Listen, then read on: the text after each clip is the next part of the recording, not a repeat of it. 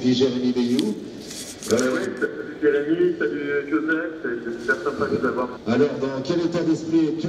Et es-tu en pleine forme? Le bateau aussi. Oui, écoute, non, mais je suis en pleine forme, j'ai fait un peu de plongée dans les îles de San Blas vers Panama. Et écoute, cette course retour, c'est pour moi un entraînement. Je n'ai pas d'objectif sportif très important. Je vais essayer de reprendre corps avec mon bateau en solo, passer certaines manœuvres, voilà, sportif très élevé. Je vais prendre du plaisir et surtout ramener mon bateau en bon état à l'Orient.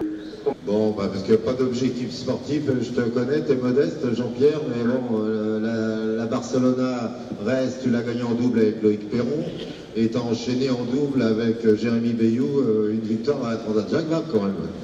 Bien sûr, non mais là c'était des objectifs d'année, c'est des choses... Bon, maintenant mon objectif, mon grand objectif, ça va être effectivement le prochain Vendée, et voilà, donc... Salut JP, comment vas-tu? C'est Joseph. Ouais, ça va bien, écoute, ça va bien, les tropiques sont là, et on a des pluies ici, un peu de vent, et le bateau sera prêt pour le départ le 5.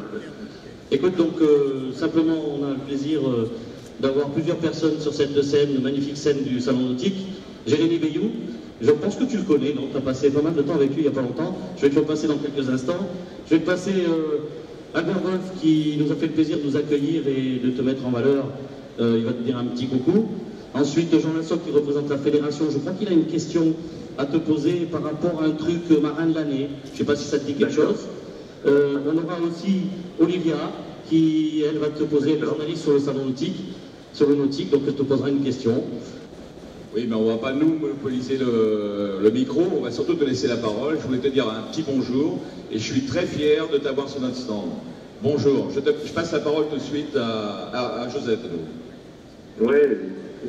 Alors, on ne va pas te garder longtemps, on a dit que ça dépasserait pas. Non, mais je voulais dire peut-être, c'est sûr que c'est une fierté pour la Côte d'Azur de pouvoir avoir des sportifs dans la course au large. Voilà, la mer Méditerranée, c'est aussi une mer, là c'est violent.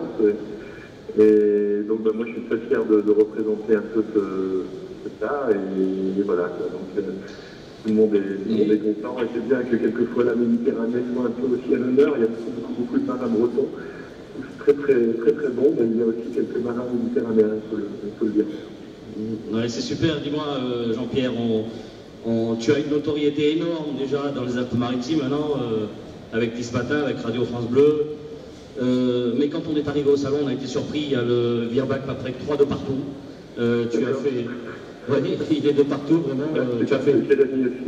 Tu as fait la dernière de course au large, la couverture. Ça te fait quoi cette nouvelle notoriété? Tu la vis comment? Tu la sens puisque tu as fait quand même 200 jours de mer, plus de 200 jours de mer et presque autant de nuits cette année. Tu as ces échos, on te communique tout ça? Oui, écoute, Luc, mon project manager me tient au courant, donc écoute, ça fait vraiment très plaisir, même si c'est pas pour moi, à titre personnel, comment dire, la notoriété n'est pas un objectif en soi, c'est important bien sûr par rapport aux sponsors, on fait le maximum pour valoriser les retours des courses, mais bon, ça fait vraiment plaisir de savoir que la voile commence à prendre dans les Alpes-Maritimes, il y a plein de gens qui suivent, quand on sait ce qui se passe en Bretagne, avec les retombées qu'il y a en Bretagne, c'est vraiment de bon augure et ça fait plaisir. En tout cas, voilà, quand j'étais gamin, c'était vraiment réduit à la portion congrue, hein, parce qu'il y avait quelques émissions sur Radio Monte Carlo, et maintenant c'est vrai que ça a pris une grosse ampleur avec la télé, les journaux, la radio bien sûr, et puis ça c'est fantastique. Je rappelle à tout le nautique que nous sommes en direct avec Jean-Pierre Dick, de Saint-Barth. Je te passe Jérémy Bayou, vainqueur avec toi de la Transat Jacques Vabre la dernière. Et nous sommes en direct avec Jean-Pierre Dick, donc public, il y a beaucoup de monde devant cette scène du nautique. Je te passe Jérémy. Ouais, salut JP, écoute, on ne s'est pas parlé depuis la fin de la Jaguar, depuis que j'ai quitté le Costa Rica. Et puis non, je voulais juste te demander si tu avais passé de bonnes vacances, parce que quand tu m'as dit que tu allais faire de la plongée, du catamaran, etc., je me suis dit, mais comment il va réussir à se reposer? Mais bon, je crois que tu as besoin d'être sur l'eau et sous l'eau aussi, donc raconte-moi ça. Écoute, ça s'est très bien passé sur le bateau, j'ai pu bien dormir, bercé un peu par la houle de l'océan là. Avec mon fils, ma femme, ça s'est très bien passé. Le seul petit souci, c'était une petite otite suite à des plongées un peu profondes. Mais bon, qui sont en voie d'être résolus, et voilà, c'était fantastique aussi de pouvoir bénéficier de toutes ces Antilles, même des endroits merveilleux là-bas. Donc j'espère que tu as bien atterri, Jérémy, et qu'il y a des contacts au salon, en tout cas. Cette victoire avec toi sur la Jacques Vabre, comme disait Joseph, a eu beaucoup de répercussions, et on a beaucoup parlé de nous deux, des partenaires du bateau aussi. Donc voilà, c'est agréable d'être sur le salon et de voir l'accueil. Ouais. Voilà. Bah écoute, bravo pour ta saison, puis effectivement on va voir. Ça c'est exceptionnel, hein, un Figaro et un Transat Jacques Vabre. Et puis bah écoute, moi tout ce que je souhaite, c'est qu'on s'entraîne ensemble, qu'on progresse vers le haut pour essayer de ramener cette sacrée coupe du Vendée Globe. Eh ben écoute, ça serait bien. Écoute, je t'embête pas plus, et puis écoute, ramène le bateau tranquillement. Je sais que ça va t'agacer de voir que les autres accélèrent à côté, mais ramène le bateau, et puis surtout prends du plaisir. Merci JP. Écoute, je vais déjà demander au public de vous applaudir tous les deux, les vainqueurs de la Transat Jacques Vabre, Jérémy Bayou, Jean-Pierre Dick en direct avec nous du Nautique aujourd'hui, avec les images du film qui viennent de sortir de la victoire. Une petite question de Jean Lassoc, que tu le connais bien, le président du comité de voile à Nice et qui représente le président de la Fédération française de voile, qui a une petite question par rapport à quelque chose qui va se voter demain soir.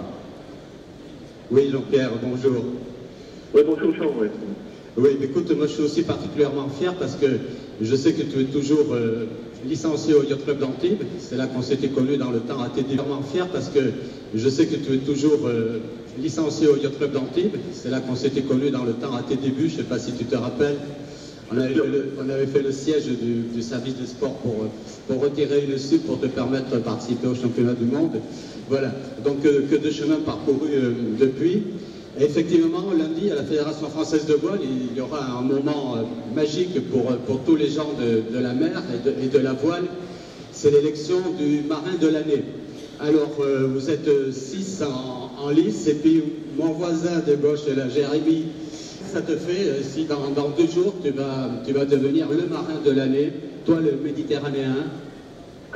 Écoute, ça me fait beaucoup de choses, bien sûr. Écoute, ça me fait beaucoup de choses, bien sûr.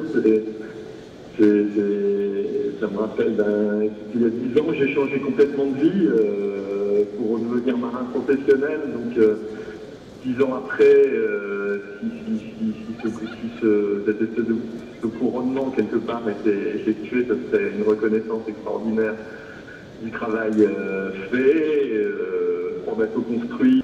Et avec nos sponsors, on les a montés petit à petit vers quelque part plus de participation, et c'est une très grande fierté d'en arriver là, et puis surtout d'amener les sponsors à ce niveau. Et puis moi, à titre personnel, c'est une grande reconnaissance. Bien sûr, il me manque encore un titre en solo, mais voilà, j'y travaille, on va y travailler pendant une année, et j'espère que ça viendra. Donc, mais ça va venir, on est tous certains. Et évidemment, ce qui ferait plus plaisir finalement aujourd'hui, ce serait qu'ils réussissent à faire 2 marins de l'année ex-aequo avec Jérémy. Ça serait aussi un film par rapport à notre équipe qui a bien fonctionné pendant la Transat Jacques Vabre. Bon, mais que le meilleur gagne. Parle-nous un peu ce Virbac Paprec 3. De tes partenaires, on est à côté du stand de Aigle, je crois qu'ils sont partenaires aussi avec toi. Les Alpes-Maritimes, le Conseil général des Alpes-Maritimes. Parle-nous un petit peu de ta monture. Tu vas faire quoi sur le Vendée Globe? Tu vas faire vraiment des modifications ou elle est prête? Non, on va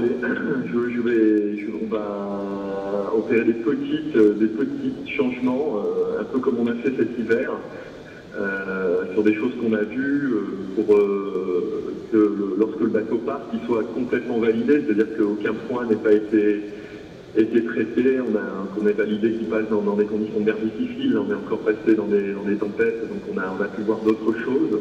C'est un bateau qui va vite.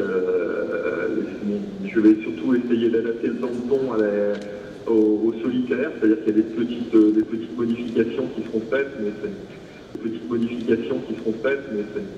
ça sera fait. Et puis surtout par rapport aux manœuvres, notamment là je vais m'entraîner, je vais voir un peu quels sont les principaux problèmes de manœuvre en flot. J'en ai déjà un peu fait, j'ai fait le retour tout seul il y a un an entre Plymouth et Lorient, mais bon là on est un peu plus de pression, on est en course, donc on va voir d'autres choses. Donc voilà, puis tout ça va amener assez rapidement jusqu'au Vendée, qui va partir le 10 novembre si je ne m'abuse.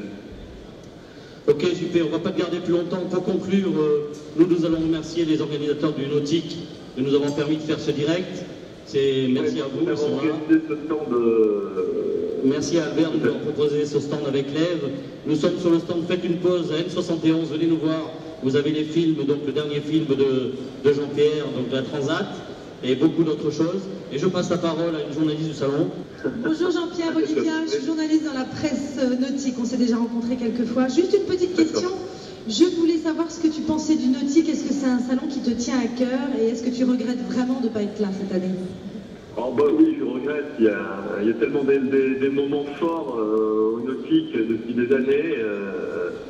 Le premier moment fort que j'ai eu, c'est le salon était encore au CNIT, à l'époque il était sur 78, je crois que je suis monté pour la première fois. Mon père avait juste acheté son bateau là-bas, il était dans le salon et c'était une véritable excitation d'arriver au salon et de nourrir tous ces rêves de navigation. Et je suis toujours un peu comme un gamin lorsque je rentre là-dedans, toujours plein d'idées, plein de rêves dans la tête, d'idées de nouveaux bateaux, on ne peut pas toujours aller à la vitesse de nos rêves, mais il y a toujours beaucoup de choses qui se passent dans ces salons, et puis rencontrer des gens qu'on apprécie dans une atmosphère conviviale, c'est toujours des moments magiques. Cette nuit nautique le vendredi soir, voilà, je regrette de ne pas y être. La mer a été plus forte encore une fois. Bon JP, ne t'inquiète pas, tu es présent sur le nautique de partout. Merci Jérémy en tout cas Voilà, merci JP, bon entraînement donc, et puis bonne course. N71 de stand l'Ève, vous aurez les films, les stands des opérations Régate de Nice, championnat du monde d'apnée, tout ce qui va se passer sur les Alpes maritimes l'année prochaine. Voilà, merci JP, à bientôt. À bientôt, bye bye, au revoir Joseph, merci.